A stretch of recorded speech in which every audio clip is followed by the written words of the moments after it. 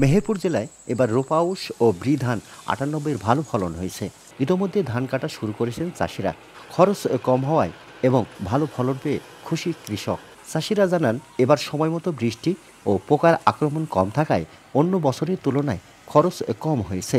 98 ধানের জাত বিএডিসি থেকে নিয়ে আবাদ করেছি এবং আবাদে আমি খুব ভালো আশানুপাত এবার ফলন হয়েছে বলে মনে করছি। 98 ধান আমাদের এবার ফলন খুব ভালোই হয়েছে। তো আমাদের এখানে খরচ বিগত 15-16 হাজার 18 হাজার টাকা পর্যন্ত খরচ হয়েছে, কিন্তু এই বছরে বৃষ্টি হওয়ার কারণে 12-13 হাজার টাকার মধ্যে আমরা ধানটা ইনশাল্লাহ কমপ্লিট করে ফেলেছি। চাষিরা বলছেন, এবার বিঘা প্রতি ধানের ফলন হয়েছে 18 থেকে 20 মণ। ফলনও হয়তো আল্লাহ পাক ভালো দেবে, কিন্তু ধান গোনাও আমাদের মাঠে ভালো হয়েছে।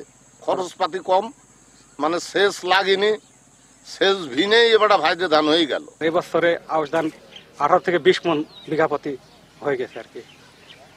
এবার দামও ভালো ধানের, চাষি আমরা ধানের দাম ভালো পাচ্ছি।